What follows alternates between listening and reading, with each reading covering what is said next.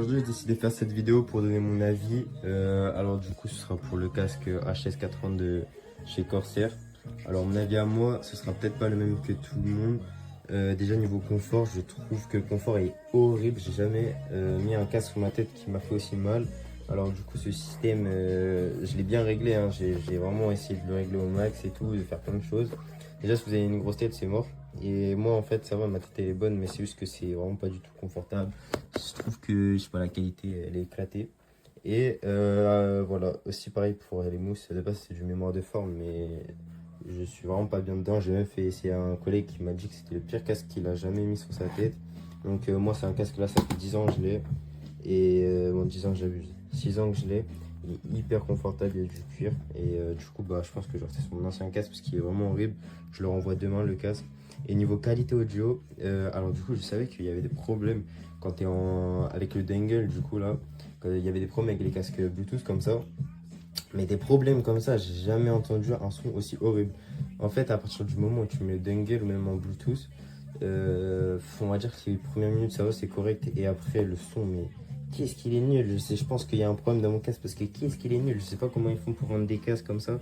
Il est vraiment éclaté. Et pareil pour le micro, genre on m'a dit que j'étais sur téléphone, que je parlais dans des toilettes ou je sais pas. Vraiment le son il est horrible. Genre, c'est pour ça que je le renvoie aujourd'hui 189 € pour ça. C'est le pire achat que j'ai fait. Du coup voilà. Et pour terminer, le Dolby Atmos, j'ai jamais aussi galéré son application. Pour l'activer c'est horrible, j'ai même pas réussi à l'activer parce qu'en fait du moment où je vais dans mes paramètres pour mettre l'audio spatial, bah, il est même pas activé. En fait ils disent que j'en ai même pas sur mon casque, donc à mon avis je pense qu'il y a un problème avec mon casque, on m'a donné un casque cassé, donc voilà.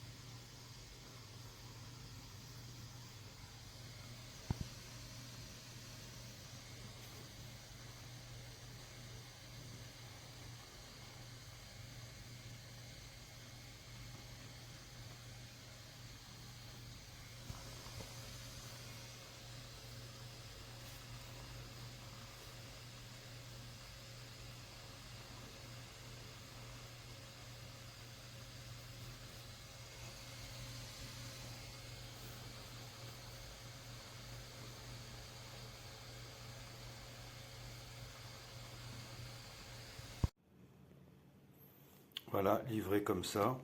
C'était ouvert. Ça au-dessus, comme ça.